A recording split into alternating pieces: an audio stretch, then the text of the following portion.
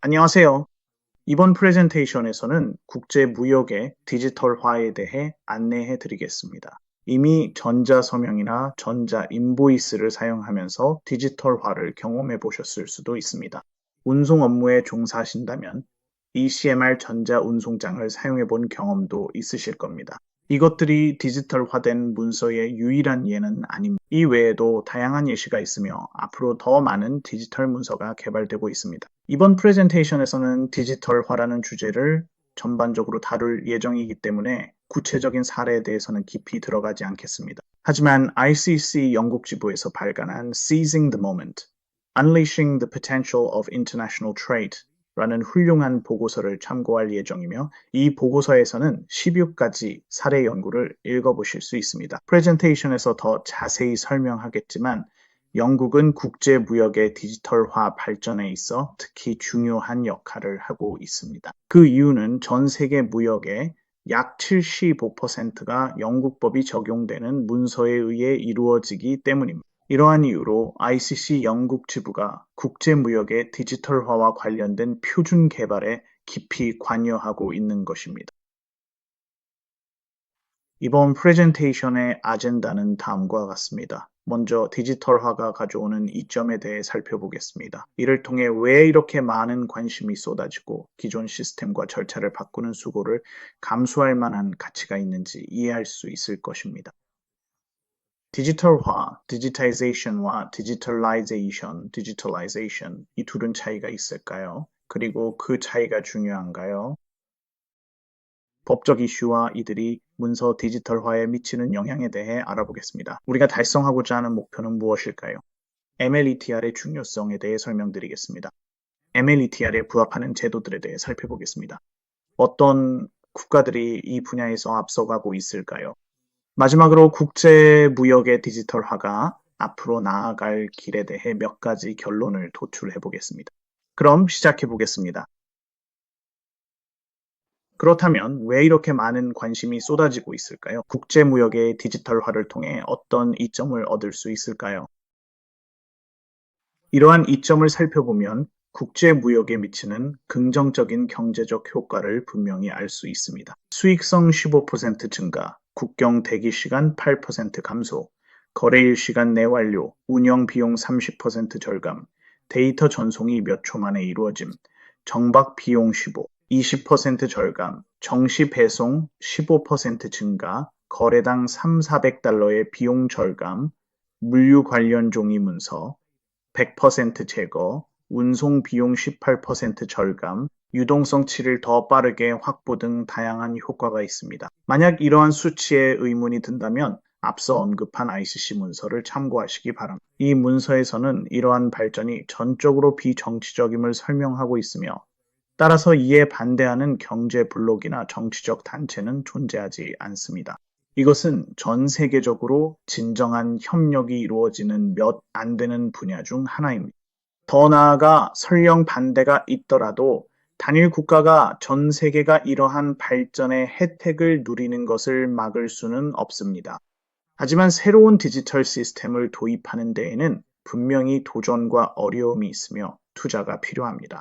이제 디지털화, 디지타이제이션과 디지털라이제이션의 차이점에 대해 간단히 살펴보겠습니다.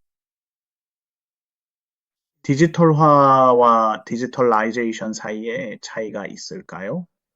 그리고 그 차이가 중요한가요? 사실 두 용어는 종종 같은 의미로 사용되지만 분명한 차이가 있습니다. 디지털화 디지타이제이션은 종이 문서를 디지털 파일로 변환하는 과정을 의미합니다. 반면 디지털라이제이션은 디지털화된 데이터를 활용해 수작업 비즈니스 프로세스를 디지털 기술로 전환하는 과정을 의미합니다. 여기에는 디지털 서명의 도입도 포함됩니다. 예를 들어 선화증권이 전자적으로 변환되어 디지털 템플릿이 만들어졌다고 상상해 보세요. 이것이 바로 디지타이제이션입니다. 이렇게 디지털화된 선화증권은 온라인상에서 작성된 후 무역금융 신청을 지원하기 위해 전자적으로 은행에 전달됩니다. 이는 종이 양식으로 작성해 우편으로 은행에 보내는 방식과는 다릅니다. 이것이 바로 그 프로세스의 디지털라이제이션입니다. 국제무역에서의 디지털라이제이션은 단순한 문서의 디지털화, 그 이상이라고 말씀드릴 수 있습니다. 디지털 도구와 서비스뿐만 아니라 인공지능과 블록체인 기술이 운영, 행정, 커뮤니케이션, 마케팅 비용과 위험을 줄이고 있습니다. 이전에는 대기업만이 할 수 있었던 활동들이 이제는 훨씬 더 작은 기업들에게도 열려 있습니다. 이러한 내용들을 자세히 설명하는 것은 이번 발표의 범위를 벗어납니다. 하지만 이 재생 목록에 있는 모든 발표들은 온라인 도구와 서비스를 활용해 국제무역 잠재력을 어떻게 개발할 수 있는지 정도의 차이는 있지만 모두 설명하고 있습니다. Exporters Almanac을 둘러보면 어떤 것들이 있는지 확인할 수 있습니다. 링크는 아래 설명란에 있습니다. 좋습니다. 이제 무역 문서의 디지털화 및 디지털라이제이션과 관련된 법적 고려사항으로 다시 돌아가겠습니다. 이러한 구분이 중요한 이유는 특히 디지털화된 문서의 관련 법적 지위와 서로 다른 법적 관할권에 속한 다양한 당사자들이 디지털화된 프로세스에 참여할 때의 운영 가능성을 고려할 때 분명해집니다. 법적 고려사항을 언급한 김에 이제 여러 번 해결해야 하는 핵심 법적 이슈를 살펴보겠습니다. 앞 슬라이드에서 언급했듯이 디지털화와 디지털라이제이션은 단순히 기술적인 문제로 간주될 수 있다는 점은 사실입니다. 하지만 디지털화된 무역 문서의 법적 지위는 근본적으로 중요합니다. 디지털화된 문서가 종이 문서와 동일한 법적 지위를 갖지 못한다면 문서를 디지털화하는 것은 큰 의미가 없습니다. 무역 문서, 선화증권, 환어음, 약속어음 등과 관련된 법률은 주로 19세기에 제정되었기 때문에 종이 소유권과 실물 서명에 자주 의존하고 있습니다. 따라서 디지털 문서가 동일한 법적 효력을 갖도록 하려면 여러 관할 구역에서 다양한 법률을 개정해야 합니다. 이 과정에는 시간이 걸릴 뿐만 아니라 디지털화된 문서가 종이 문서와 동일한 속성, 특히 문서 소유권 개념과 관련하여 동일한 특성을 갖도록 신중하게 고민해야 합니다. 이것이 이루어지지 않는다면 아무런 이점이 없습니다. 실제로 이러한 문서를 디지털화하는데 추가 비용이 발생할 수도 있습니다. 그렇다면 무역 문서의 디지털화를 가능하게 하려면 무엇을 해야 할까요? 우리가 달성하려는 목표에 대해서는 다음 슬라이드에서 살펴보겠습니다. 디지털화된 문서가 종이 문서와 동일한 효력을 갖기 위해서는 무역법이 전자상거래의 모든 관련 측면을 지원해야 합니다.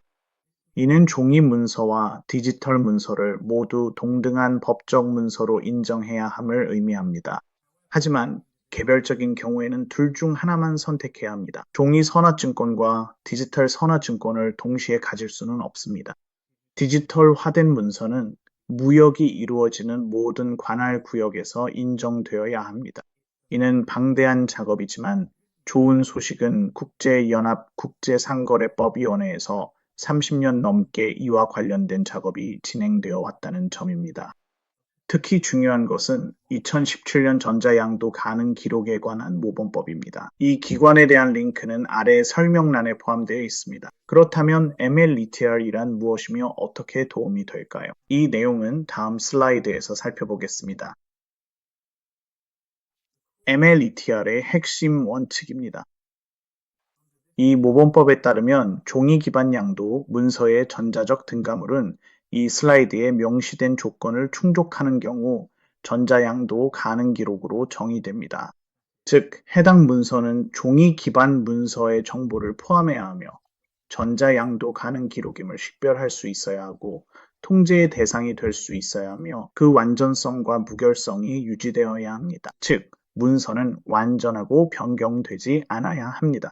그리고 마지막으로 해당 문서는 특정한 사람의 배타적 통제하에 있어야 합니다. 또한 이 법은 해외에서 발행되거나 사용된 전자양도 가능 기록이 법적 효력이나 집행력을 부정당해서는 안 된다고 명시하고 있습니다. 이 법은 또한 이러한 조건들이 충족되었는지 판단하기 위해 일련의 기준에 따라 신뢰할 수 있는 방법을 사용할 것을 요구합니다. 이 법은 또한 국가 간 효력 문제를 해결하려고 시도합니다. 다음 슬라이드에서 보시겠지만 좋은 소식은 많은 국가의 법률이 이제 MLETR 원칙에 맞춰 정비되고 있다는 점입니다. 영국법 또한 MLETR의 국가 차원 실질적 이행에 있어 지침으로 활용되고 있습니다. 이 슬라이드와 아래 설명란에 표시된 UN 웹사이트에서 MLETR을 채택한 국가들의 전체 목록을 확인하실 수 있습니다. 앞서 언급했듯이 영국이 MLTR을 채택한 것은 MLETR의 수용, 나아가 국제무역의 디지털화에 있어 매우 중요한 단계였습니다. 이러한 발전이 중요한 이유는 국제상업계약, 은행 및 금융, 해운 및 선박, 인수합병, 분쟁 해결, 국제중재 등에서 영국법의 사용이 국제적으로 지배적이기 때문입니다. 2026년 또는 2027년까지는 대부분의 교역국들이 MLETR에 맞춰 정렬될 것으로 예상됩니다. 이제 제 결론을 말씀드리겠습니다. 국제무역의 디지털화는 앞으로 몇 년 동안 기하급수적으로 확대될 것입니다. 국제무역이 더 쉬워지고 비용이 크게 감소함에 따라 이는 새로운 주요 무역 기회를 열어줄 것입니다. MLETR은 종이 기반 시스템과 프로세스에서 전자 방식으로의 전환을 가능하게 하는 필수적인 법적 틀을 제공하고 있습니다.